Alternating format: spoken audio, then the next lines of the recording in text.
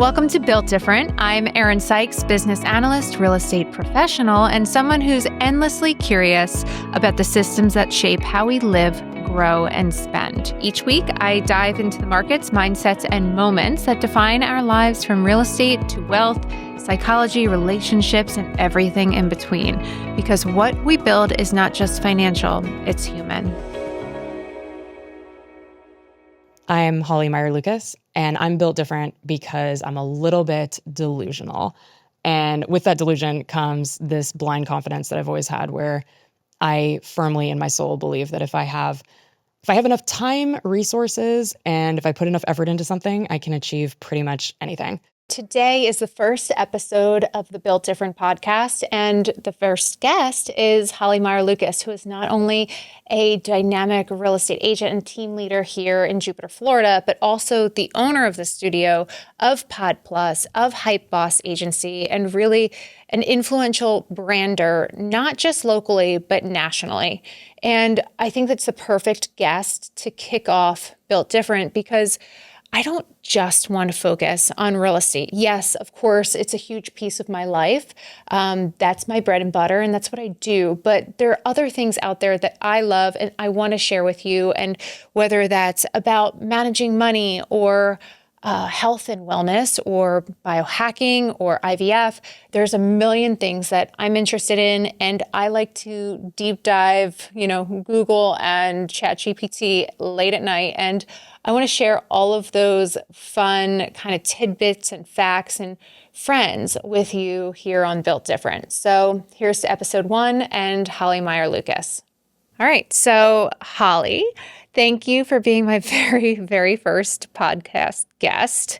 I've thought about this for a long time, and I almost feel like I'm having a millennial midlife crisis. Like I woke up one morning and was like, I need a podcast, but that's not it. It's really about long form content and the juxtaposition between what we've both done a lot of, which is these 5 to 6 minute news segments, which are great for exposure, but you really don't get your in-depth point across. Yeah. So every single time you leave saying, oh, I wish I had said X, Y, and Z. Yeah. And it's honestly, those news segments are always on the other person's or the platform's agenda. Like you always are kind of, I don't think I've ever necessarily been told what to say, but it's always very clear what the agenda is with the piece, Yeah. And I've also I feel like you can appreciate this. I've gotten on such autopilot with those segments that like I barely put any, and I'm saying this respectfully to the platforms, like I don't know that I put a lot of thought into it because that happens. Like where I'll come off the air and I'll be like, oh, I should have said X, Y, Z, but it doesn't really end up mattering, It almost doesn't matter what you say because the snippets are so short. And a lot of times you get called in for the segments in like these hot pods, and you'll do 3 or 4 in one day because that's what the news, media, that's the hot headline of the week, whatever it is, interest rates or yada, yada. And then you won't be on for another 2 or 3 weeks. And then you'll be on, 5 times in one day. And it kind of is exhausting because you never know what type of news is going to hit that morning. Yeah. And if you're going to have to rearrange your whole schedule for these segments. Yeah. So God, I feel like you and I could do an entire, and we should do this actually. We should do an entire podcast on that. Like just being on the news as an expert guest. Like there's so much there. And it's funny because people ask me about it all the time, like how I got in that position in the first place. And I would actually love to hear your story about that. But for me, it was I just deliver. Like I show up and I deliver, which I think is kind of You're unique. An executor, which is rare. Yeah. I didn't realize how much of a skill set that was until I was probably in my late 20s, early 30s, that it's like being able to stand and deliver is challenging for people. I don't know. How did you get in on that? So mine's a little bit of a roundabout story, but I started doing QVC and it was a side hustle. It still is an occasional side hustle, which I built a reel and it was helpful. And I was living full time in New York and the studio is in Westchester, Pennsylvania. So it was an easy commute. But then I took a vacation to Bali and I went on a women's surf retreat to Bali. Oh, cool. It was super fun. What year was this? Like, give me like a time frame. 2018, I believe. Okay. And on the way home, I was flying through Dubai. There was a layover in Dubai. The entire plane was ill.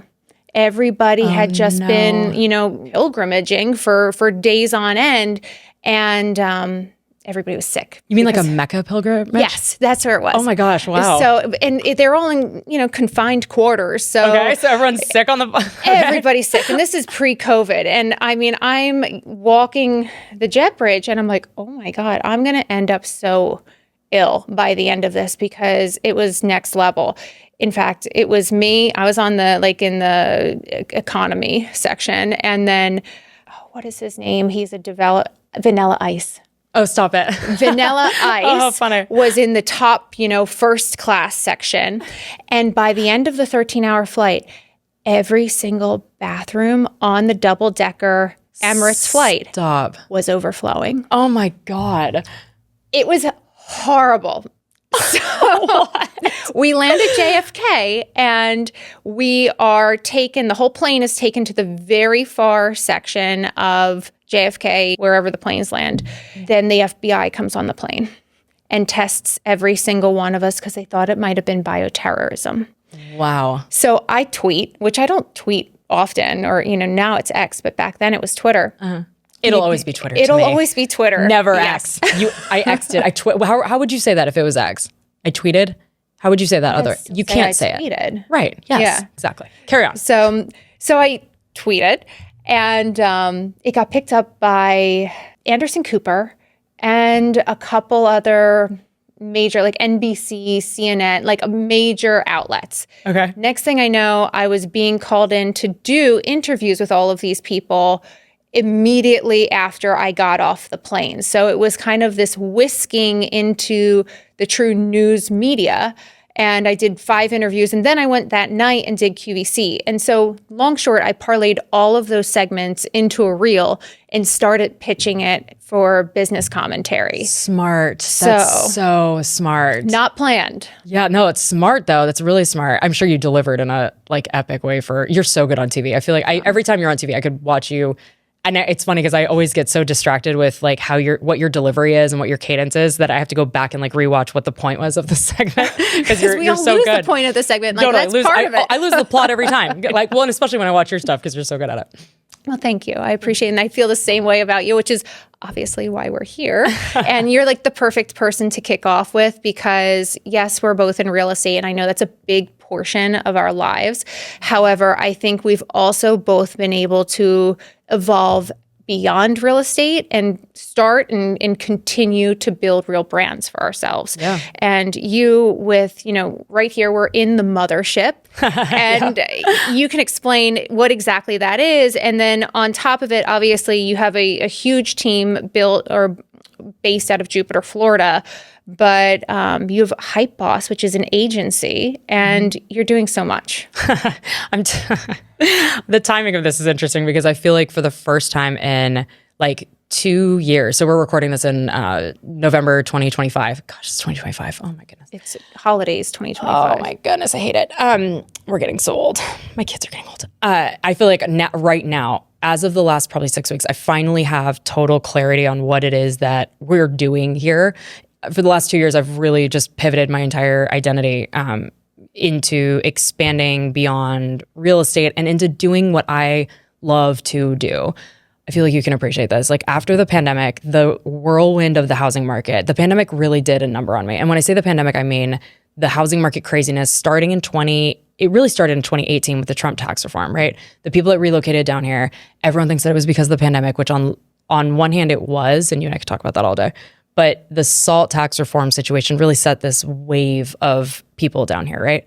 And with those relocations as a real estate agent between 2018 and 2021, 2022, it was I feel like every real estate agent who works with high net worth type people was sprinting during that time. Yeah. I mean, my weekends were non-existent. My evenings were non-existent. And I put my heart and soul into every client that I work with. I think the best real estate agent, the best anything in any industry do that. And it's what made me successful. But also, I just literally remember in 2023 waking up one day and going, this is not sustainable. It's not enjoyable. I need to do something else. So I did a kind of a gap analysis or a SWOT on my life at what I am good at, what I get paid money for, what I get paid a lot of money for, and what I enjoy doing. And ultimately what it boiled down to was I was really good at real estate. And I say was because I don't actively sell anymore. Like I have really ejected out of the world of actively selling. I still have my team who are amazing. I have 30 agents on the real estate team, and I coach them and mentor them. And I'm still the team leader, and I'm still bringing in the business and the referrals and whatnot, but I don't actively sell anymore. What made me good at selling real estate was because I'm really, really good at marketing and branding. And it was, I feel like you can appreciate this. Like when I got my real estate license 10 years ago, it was not hard. And I'm saying this respectfully to everybody else. It was not hard for me to rise to the top at all. Yeah. Actually, I could do it tomorrow. I could do it in Iowa. I could do it anywhere. And I'm saying that respectfully to the profession because I know people work really, really hard at that. But it came easy to me because I'm really good at marketing and branding. And once I figured out my personal brand and stuck to what my personal brand was, which is this, when I was a real estate agent actively, it was like I was this unintimidating female team leader on social media. I spoke in emojis. Our logo was a lemon. Like everything was around, if you're relocating to South Florida, we're unintimidating and you can call us and we'll hit the ground running for you, which was kind of a juxtaposition to agents who are the top producers. I basically looked at the top producers and I was like, how do I beat everything? First of all, I'm not them. First of all, like all of this is authentic, like 100% authentic. Yep. But secondly, how do I differentiate myself from these guys who have sold billions of dollars in real estate, and women too, but for the most part, it was all top 5, primarily men. Guys. Yeah. Yeah. And I just remember having this epiphany where it was like, I would not want to be friends with them, but I would want to be friends with me. So how do I convey that through our branding and marketing? And anyway, long story short, long story longer. I love that I'm your first guest here because this is my first time. I didn't realize this was going to be the first episode. Yeah. This is my first time being a guest in here. Really? Yeah. Oh, I assumed everybody asked you, and I was like, oh, she probably doesn't want to do another one. They do, and I say no because I don't ever want to distract. I'll tell you this is, and I'm saying this respectfully to our other hosts. Your podcast aligns with what I would bring value to. Correct. And I'm saying that like the other ones that we've had, I don't bring value to the conversation. There are other guests that would be better for them. And I feel like they've also asked me like kind of gratuitously, like I guess you could be a guest. Anyway, yeah, so I'm going to take a breath there. Did that answer your question? So, I mean, you're great at branding. And I do think you're very approachable in general. And even though the team is 30 people, which maybe people outside of real estate don't understand, 30 people, 30 agents to manage is a huge endeavor. And that's, I think, the one area where we differ is I'm still not a one-man operation, but I am still primarily doing 80% of the business. And then I'm starting to bridge out and delegate a little bit, but it's very hard for me. So that's been my struggle in expanding, moving from being with large brokerages to opening my own brokerage last year. And we're based in 3 states. I can't physically be in 3 states. I will say I started my team accidentally, kind of from day one. Mm-hmm. Like I went on a listing appointment. It was a come list me call into the Keller Williams office. How that happened, I don't know, but I was on floor time, whatever that is, and for anyone that's not in real estate, a big brokerage having a come list me call come in is not the norm. I just started and I went on this listing appointment and I sold myself to the seller in terms of we. I was so used to my corporate life speaking in terms of we're going to do this, we're going to do that. And so then when I got back to the KW office, do you know Savannah Unruh? No. She's been around, but she's with Echo. But she was in the office at the time and she was my first agent. And I got back to the office and I was like, oh my God, I just sold this this. And halfway through the listing presentation, I just remember looking at the seller and being like, oh my God, you think I have a we because I'm talking in terms of we. Oh, I got to fix this. So anyway, she was my first agent. I approached her and I was like, hey, I just got a listing. Like, would you like to join forces with me? But it was from day one. So from day one, I have always been a team leader. And I think that's a really interesting, what you just said about, I think if I hadn't known how much control I like having as a solo agent, it would have been impossible, I think, for me to start a team. Just because of how much my soul goes into each and every client and how much I know things can go wrong. I built our systems from day one, mitigating all of those things. But I think it'd be really hard to be an advanced real estate agent like yourself and then add agents to take over. Like if someone's calling to work with you, handing it off is really, really tough. Yeah. Yeah. And that's what, I mean, I think that the way you've structured it and the systems that you've put in place and the fact that you're still overseeing everything, you don't totally step away. You're not going on showings, you're not making the schedule, but you're involved at a high level. And I think that's the way it has to be for things to evolve and to make sure that clients feel trusted or that we're, making sure that their best interests are in mind. Because my biggest gripe with this industry is the low barrier to entry. And that's where I want to know how you've been able to recruit and how you've been able to elevate who your agents are and make sure that you're above and beyond the average agent. Because obviously, the vast majority of agents, particularly here in Florida, over 80% of them don't do any sales, or maybe they do one friends and family sale. So when you're taking on 30 agents, you have to make sure that these are people that can manage transactions. And the same thing with me as I'm starting, I've got 4 agents at this point, making sure that they're people that I want to mentor and to spend time with, like a lot of time. Yeah. And so there has to be a personality fit in addition to just a business fit. Yeah. It's hard. It's really, really tough. I think this is applicable to any business where the person's name on the door is what people are hiring. And so you have to find people that you're willing to underwrite. Like as a team leader, every single one of my agents is underwritten by me. Like I am endorsing them. I'm speaking for them that they're awesome. And so they have to be those things. The most epic decision that I accidentally made was hiring my chief of staff, who's now my COO. She's been promoted to our COO, but Holly Rosenthal. Love her. I injected her into our ecosystem in 2020. So I was about 5 years into the business. And I realized that the amount of people that were reaching out. So first of all, I've never recruited an agent in my life. We have an inquiry a week at least, if not more, of people that want to join our team.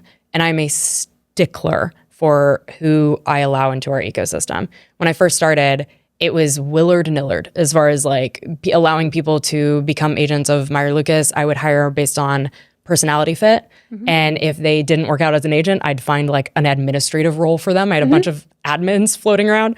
And I was so busy and so in the weeds with trying to make everybody happy that I, again, woke up one day and had accidentally created this monster of a team that had no structure, no roles, no rhyme or reason, because when I was bringing people in, I didn't set expectations. I had no agreements.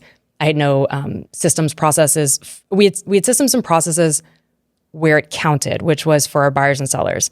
But where it really mattered to the longevity of the business and my own mental health, and I would say also my own level of respect for myself, I let things just loosey-goosey go. No one was using the CRM. No one was doing anything that I needed them to do. And so what I realized as a leader, I'm a very, very good mentor. I'm a good coach. I'm a good motivational speaker. I'm not great at holding people accountable if they don't want to be held accountable. Yeah. And it's something that a lot of like Enneagram 7 personality types like mine have, where we live in this world of never mind, I'll just do it. Never mind, I'll just do it. Like I'll just do it. And that's not a good way to lead. Anyway, so in 2020, I realized that, and there's a whole journey around how this happened, but I injected Holly in directly in between all of my team and myself. So the only person that ever reports directly to me with all of my companies is Holly. Everyone filters through her. She hires everyone. She fires everyone. She holds them accountable. She always jokes that I get to be fun uncle. But it removes the pressure on, like I don't do one-on-ones with the team ever because they're not productive. I don't enjoy them. I don't like doing them. I think it's better for me to have ad hoc, like if an agent is in the weeds with something, me having an ad hoc conversation with them is way more effective to me than having like a structured one-on-one. I will tell you though that as the biggest advice that I got with, so Holly doesn't hire people like willy-nilly. She has intense structure around it that comes from me. Everything in the organization, every strategy, everything comes from either from me or is approved by me. And it's important, I think, as a small business for me to say that, because that is an area of control that I think you're never going to get out of your system as a small business. Yeah. Like I would have to hire a board, I think, for me to not want to be intimately involved in things. I just don't think there's a way around it. I think you have to be a micromanager if you want to be successful. And I know people will sell you down the river with different, I guess, like coaching program, like all of this nonsense. And really, it's so simple at the end of the day to be a successful agent is you answer your phone, you do some marketing. You don't even have to blow it out of the park with marketing to have a decent following. You just answer your phone, you do some marketing, you show up, and you do well by your clients. And the formula is so simple and insanely 85% of agents are messing it up. Yeah, they are. It's beyond. And I don't know they are. I do blame it on, the Selling Sunset effect and the Selling the Hamptons or like whatever reality show is the hot one of the season. I think it's showing this lifestyle that does not exist. And then we're pulling people into the industry that want to wear 6-inch heels and make a $300,000 commission off of one showing, where they pull up in their Lamborghini SUV and like step out, smile, turn around, collect a check. Like there's not actually a show out there that shows the nitty gritty as to what we do on a day-by-day business. The thing about the shows, so I have kind of a polarizing opinion about this. I love how the shows are showing this glamorous lifestyle for this job that is hard. I kind of love it. Like, and I think you and I talked about this, how the cast members they know exactly what they're doing. They are edited a certain way. But the thing is with any classic entertainment, anything, you don't read a book or watch a show without a payoff at the end. And in real estate, meaning like the character arc there will be payoff at the end. Sometimes it's drama fueled and, the buyer walks away and there's, but there's resolution. There's always resolution.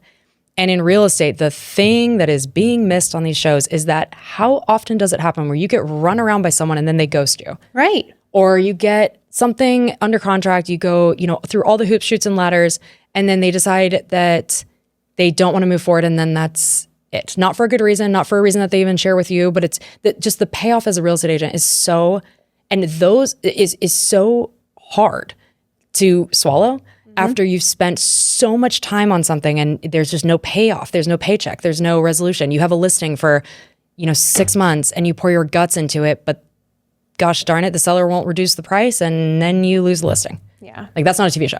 No. And I think the first 1, 2, maybe 3 seasons of each of these shows is really good. And they show some reality. Mm-hmm. I think as you get deeper into the overall arc of the show, season 6, 7, etc., that's when it turns into drama. How can we be more, exotic or eccentric than last year?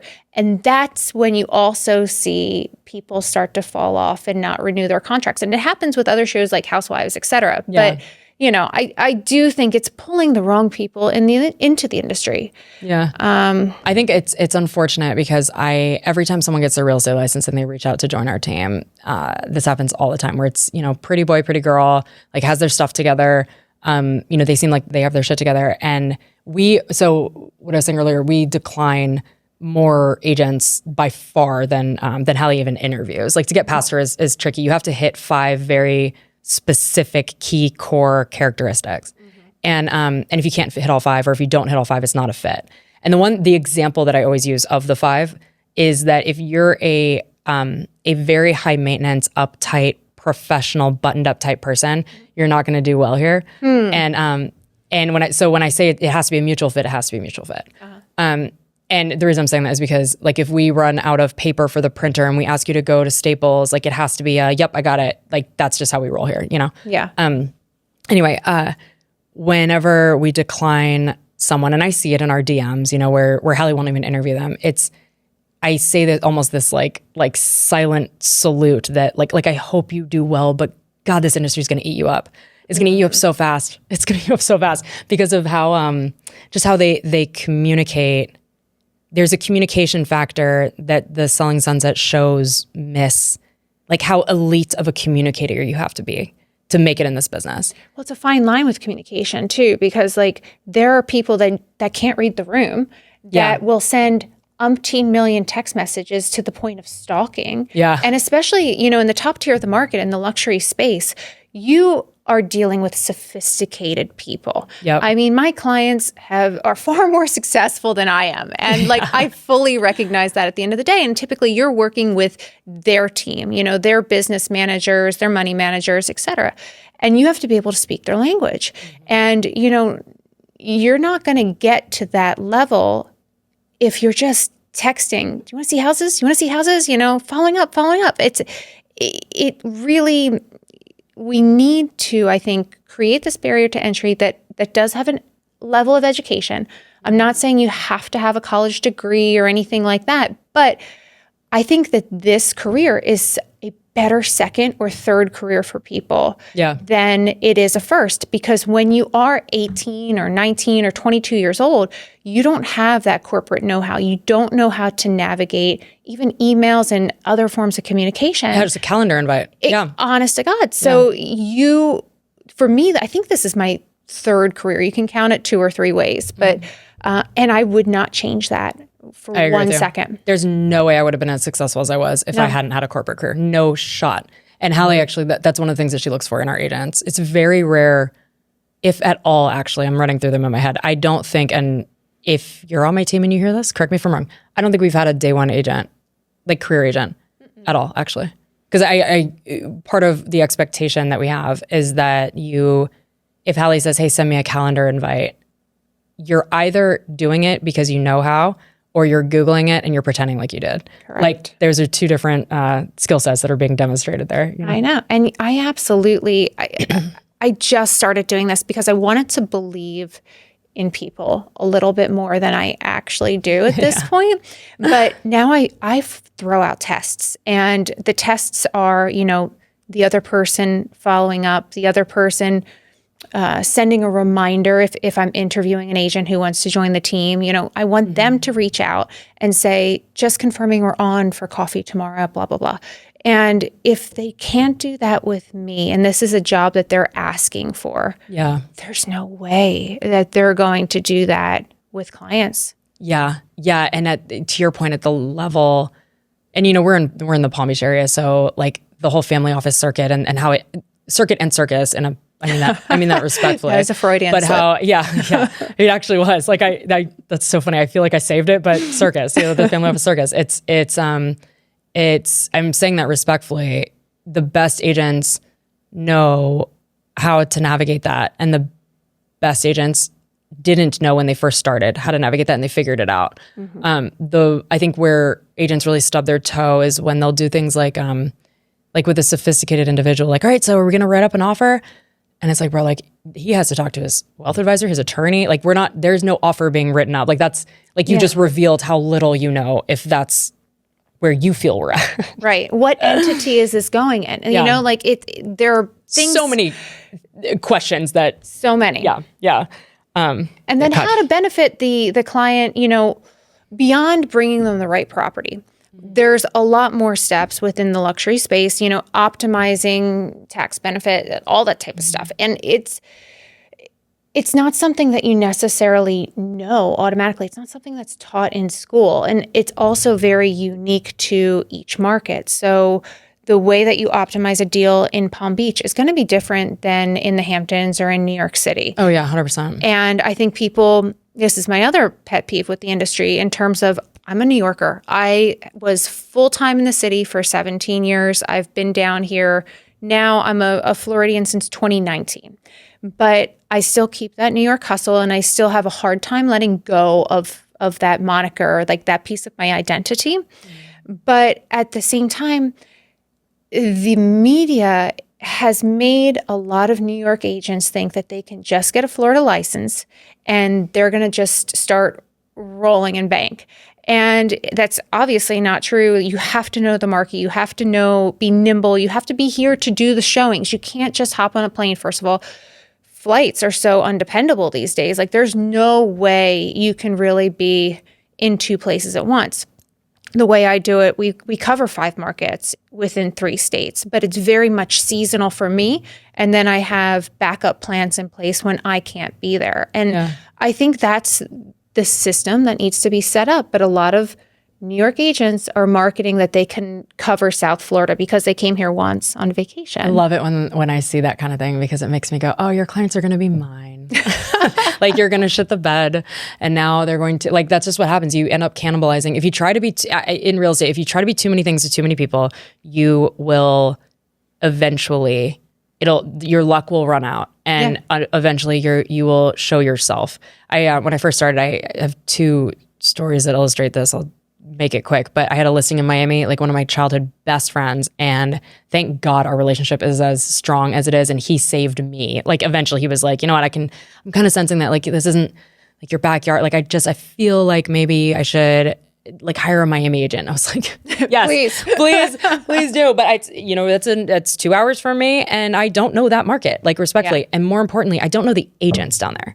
And I think one major underrated dynamic is if you and if I have a buyer for one of your listings, I am calling and I'm going, yo, Erin, what is your seller looking for here? What are the terms? You're going to tell me. I'm going to take it in. I'm going to like present it to my buyer. Like, that goes totally different if we don't have a relationship. Right. Because then we're going into the showing and we're saying like, hey, Erin's my girl. Like, she just told me all the stuff about the seller. And you have fiduciary duty to your seller. So you're not telling me anything any privileged information, but you're telling me what I need to know, because maybe I've said that this guy's a finance guy, and I need you to know off the top of your head ahead of the showing what the carrying costs are, and don't tell me that you don't ask for the gas mileage or whatever. What's that line that these old school guys do? The don't ask for the gas mileage on a Mercedes. Like, Finance Pro still cares about your $10 million listing, like what the carrying costs are. So know that ahead of time. More so, and that's another misnomer. Yes. They care more so about every nickel. They do. So it's another pet peeve. I think we might be like on this Erin's pet peeve. I love this for us. for this season 1 or episode 1. But another one is that interest rates don't matter to rich people, which is if completely you have to ask, wrong. you can't afford it. No. They didn't get there by spending unwisely. Yeah. And so I think that's one of those things. If somebody's telling you that interest rates don't matter to their client because their client is so wealthy, that's bullshit. It's like a red flag 100%. Right away. Yep, 100%. Yep. Yeah, because it's insulting. It's they might not have a mortgage, but they might have an LAL or a PLA or something, a lien against their other assets. They might have to run payroll for their many businesses every week. Sometimes that has, an effect with interest rates. So there's no one who is completely isolated from what's going on in the macro environment. 100 million %, yes. I feel like you and I could talk about this forever. I think I'm so impressed with what you've done with the team, what you've done above and beyond. Like I said, this is the mothership. This is the Nude Podcast Studio. This is part of HypeBoss. So you have these umbrellas, and you're really, you're somebody that everybody looks up to in this area in terms of how to brand yourself, not just as an agent, but beyond. Because if you're just on Instagram, as X, Y, and Z realtor, that's not going to get you anywhere. People want to know what's going on behind the scenes. They want to know about your personal life. They want to know about your personality. They don't want to know the nitty gritty. You've got to, have these boundaries. Yeah. But what are you seeing in terms of branding people, branding small businesses, be it in real estate or not? What do people want to see from them? Yeah. God, I could talk about this forever. I love this question because I have a really good answer for it. And it's something that is, I don't know that I would be as good at the branding and marketing even 10 years ago if I started focusing on it full time. I think what makes me good at it and what makes HypeBoss good at it is that we're really, really good at identifying the story and what is the niche and what is the thing that is going to feel good for you as the business owner or the founder, entrepreneur, whoever the client is, let's say for HypeBoss, and what is going to then also translate and make the client feel good about working with you. Because those things are I could sit here and tell a whole long-winded story about how I put myself through school as a bartender and like this like grittiness and vulnerability, blah, blah, whatever. But the thing that really landed with my clients was talking about how my parents lost their home in the recession. ipso facto, I know I take real estate purchases so seriously. And I remember 10 years ago when I first started telling that story, it was on accident, like how much that resonated with people. My point with this is that finding the thing that's going to, and the only reason it resonated with people is because I was being vulnerable. So it attracted, at the time, people who had short sales and bankruptcies on their credit history. And so they felt less intimidated to approach someone like me versus, someone that was buttoned up and so perfect. So, I was getting left and right people that had short sales and bankruptcies and things on their credit, but they were perfectly qualified to purchase, but they were a little bit embarrassed about it. So they didn't want to work with a friend. They didn't want to work with the guy whose postcards they've been getting forever. And so just that little bit of vulnerability, like I said, it was on accident at the time, but and so at HypeBoss, the thing that I love doing is really figuring out what the founder's story is. And it's funny because after we get done recording, I have one for you that came to me as we were sitting here. It bombards me constantly. Like I can't help it. I'm constantly figuring out what the story is and how someone is going to want to work with you or buy from you or really come into your community. It really is community building. Mm-hmm. And a lot of this, I think, I'm dyslexic and I have ADHD and I'm like neurodivergent. So pattern recognition is something that comes really naturally to me. And I'm saying this in case anyone's listening to this who is a creator who has like elite pattern recognition, but isn't a good artist. Like you're still probably a creative and a creator. Mm-hmm. I didn't know this about myself until I like fully started working in real estate, like how creative I actually was. And anyway, I think in 2026, the most beneficial thing you can do for your business, if you're the founder, if you're in charge of really setting the narrative, is figuring out how the sausage is made behind the scenes and then leaning into that element that might feel like the thing that might turn people off, labeling it as part of your brand. So like you said, you're in 5 different markets, right? And 5 different markets, 3 different states. Yeah. Okay. So, but you're not everywhere all the time. Correct. Right? Yep. And so you've done a really good job of storytelling around that seasonally you are where your clients are. Correct. Which makes me want to work with you because why? You said the Hamptons and the way it rolled out of your mouth made me go, oh, she gets my life. I can say I have a home in the city in the Hamptons and now in Palm Beach and not feel like it's going to be like I'm wasting time with Erin because you already know my life. Right? Yeah. And so anyway, with branding, I forget where I was headed with that. What was your question? Well, just what is so important in terms of getting your brand out as a realtor or as a small business, but like, how do people do it anymore? Because I feel like a lot of people out there are throwing spaghetti at the wall. Like they're posting everything. They're doing these, I don't know, I'm not on TikTok, but like the TikTok videos, or at one point it was the dances, or like they're kind of being silly. And I'm not saying, look, if silly is your vibe, if that is who you are and that's authentic to you, that's great. But like not everybody's meant to be a comedian. And for some unknown reason, people are really leaning into that, particularly in the real estate industry. It's a little weird to me. Like to me, if I'm stepping back and I'm reversing and I'm on the client side, I want you to be professional. Like I want you to be an adult, and I don't want to see you complaining on your Instagram. I don't want to see too much emotion, but I know that might not be accurate for other people because how people brand needs to be authentic to them. So my take on this is, this is so, if you are trying to be like what you're seeing on your algorithm, you have to recognize that the people that you're seeing are very likely very performative in nature already. And they are putting them, like you and I were just talking about this, like I can go on the news cold and give you a great take, like, cause I'm performative in nature. Like you can do it too, right? So if you're trying to be, and you and I are cut from 2 very different cloths. I would argue that an Erin client is probably not a Holly client and a Holly client is not. Like the people that are attracted to you are going to be different than me.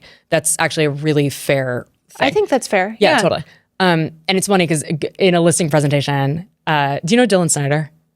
Name, but not person. In our area, but he's dear friend. But if you're a Dylan person, you're not a Holly person. And if I'm ever in a listing presentation, and the other side, I just could get the sense that like they're not going to hire us, but they're a Dylan person, I would in my head immediately be like, God, go interview Dylan because he's going to slam dunk it. And it was always vice versa, like where it's like they're going to be a Holly person. That's the beauty of a team. It's the best. Yeah, you have variety. Yeah, totally. But he's a competitor.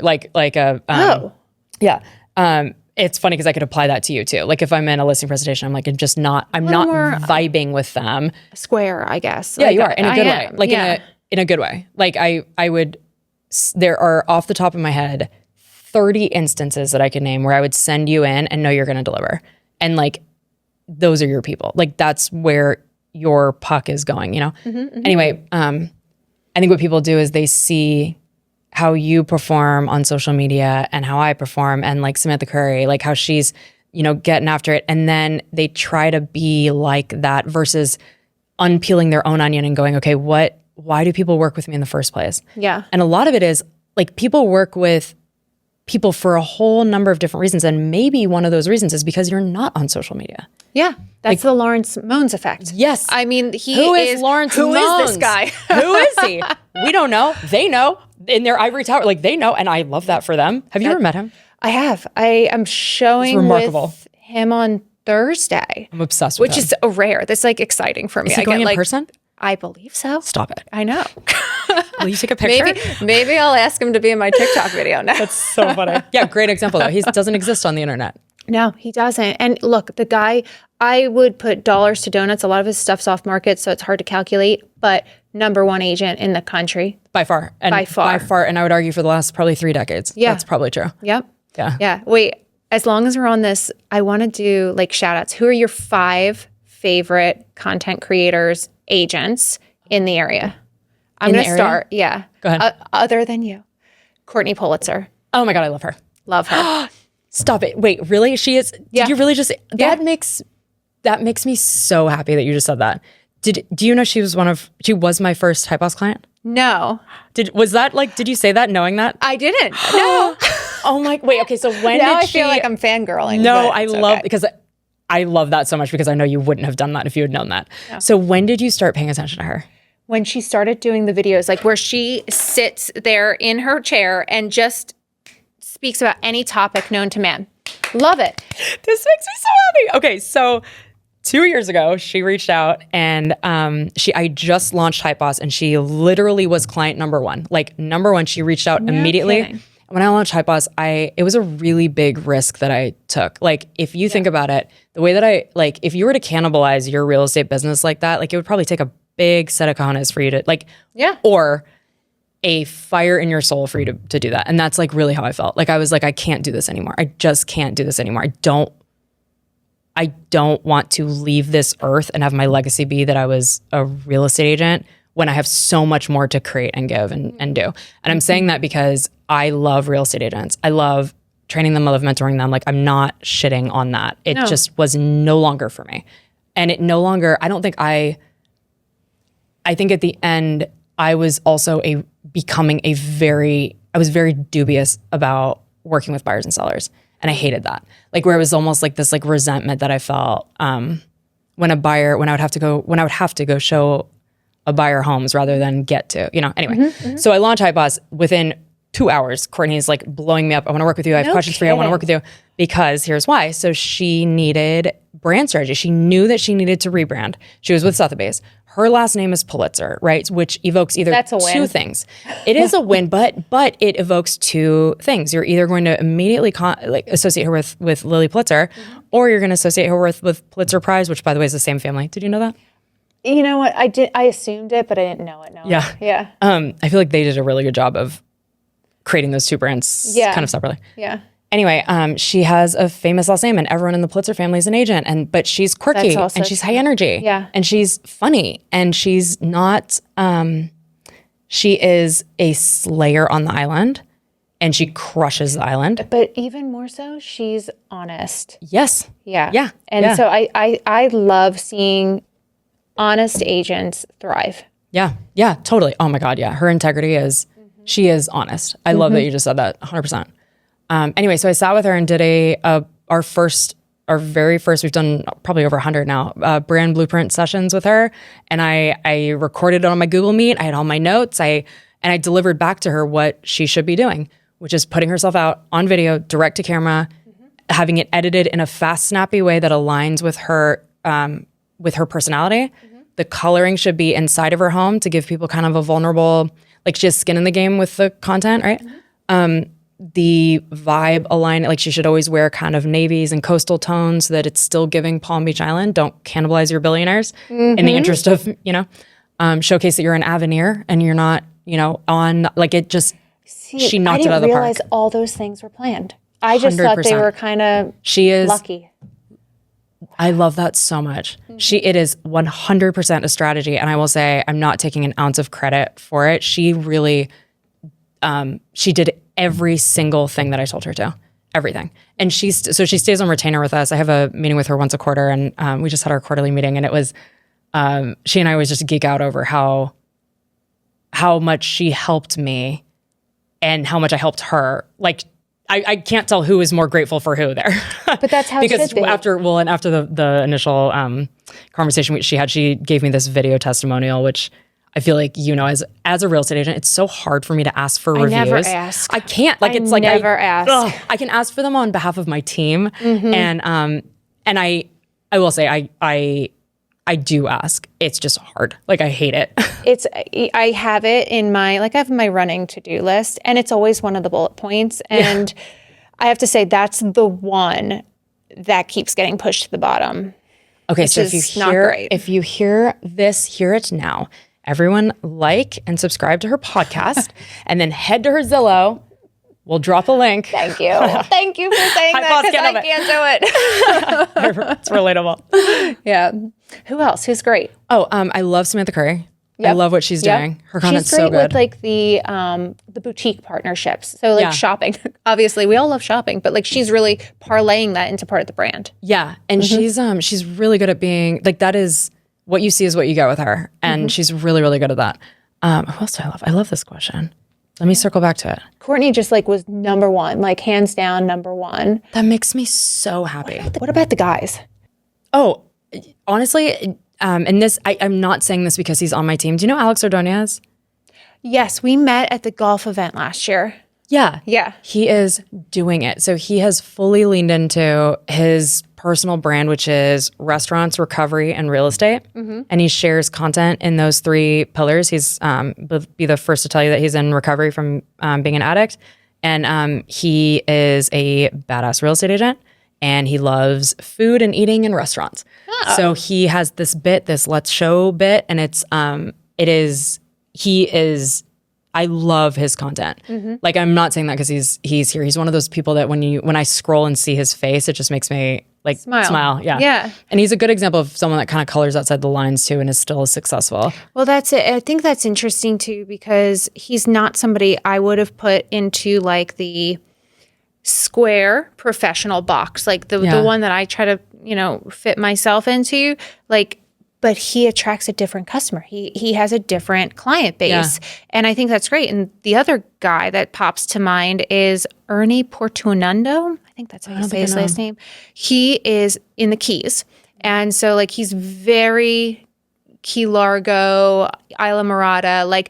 He's got that vibe. He's always on a boat and he's goofy. He's straight goofy and not at all what I would create content online. But he really hits home runs, and he gets his point across with his personality, which I love. You know who else?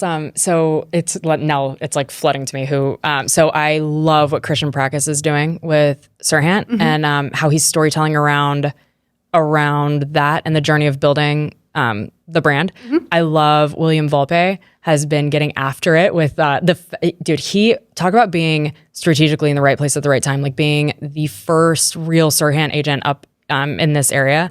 And then I love the storytelling that Tyler Cameron is doing. I think he's another really great one. Nailing this. I think he's nailing the transition between what he does in his entertainment world and as a contractor and as a developer and as a home renovator, everything, whatever Tyler Cameron is doing, in this ball of yarn, right? Yeah. And I think he's doing such a good job of parlaying that into becoming a real estate agent. And one thing he's doing, and I know this to be true, he's intentionally really being inside other agents' content so that this perception isn't that that he is brand new. Yeah, and it's this, and I don't know if he's doing this in as intentionally as it seems from a branding perspective, but it's this rapport building that he has with it's really, really smart. It looks like the other agents, which is true, like the agent community, like we all just adore him. He has rapport with agents because the natural thing for people to do human nature wise is to go, like for other agents to kind of stiff arm this like newbie, good looking, popular. Yeah. Whatever reality show. I forget which one he was on, but like all of them. He was on a all lot of them for sure. But unfortunately, a lot of agents would stiff arm him. Yeah, totally. Yeah. And, but he's doing a really good job of demonstrating that they all have rapport with him, and he like weaves in and out of their listing videos. And I just adore him. I think he's such a good thing for the real estate community to see how real content is done well. He's really, really good at it. Yeah. Yeah. Just thinking beyond the hyperlapse, walking through a space, pointing at stuff, touching countertops. Like everyone needs to level up. And these are great examples for people to check out. Yeah. I'll probably think of 100 after this. I know. I'll keep you up tonight. Yeah, it actually 100% it will. Well, I'll let you go. And I really appreciate you doing this first episode with me, because this has been a long time coming. I played with the idea of the podcast for so long.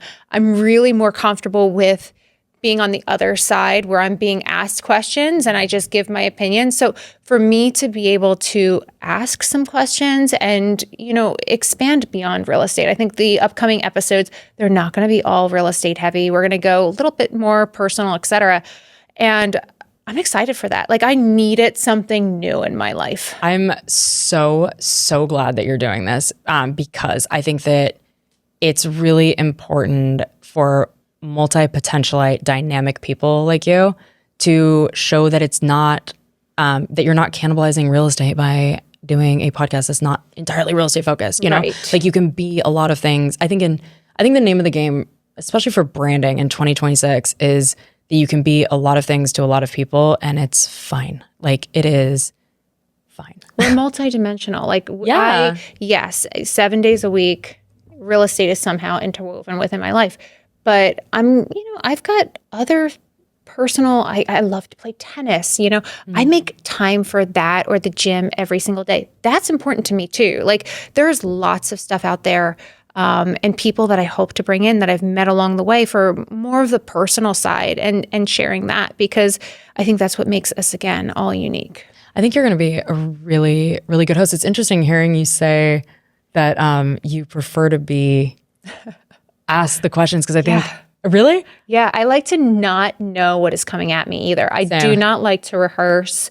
I got in trouble for that. Like when I did have a corporate job, I was with Estee Lauder when I began my career. So this is going back to like 2003 to 2009.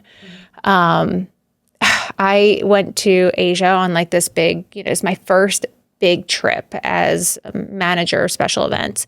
And I was presenting to all of our Asian account executives at the time. And I just refused to run through the entirety word for word of my presentation before doing it. Because I know myself that if I try to memorize something, or if I try to regurgitate or to just copy something that I've done before, it's not going to come off as well as if I prepare. I'm studying bullet points. I know what I want to say. I'm doing the research, but it has to come out authentically. And that's not great in corporate America. They don't like that.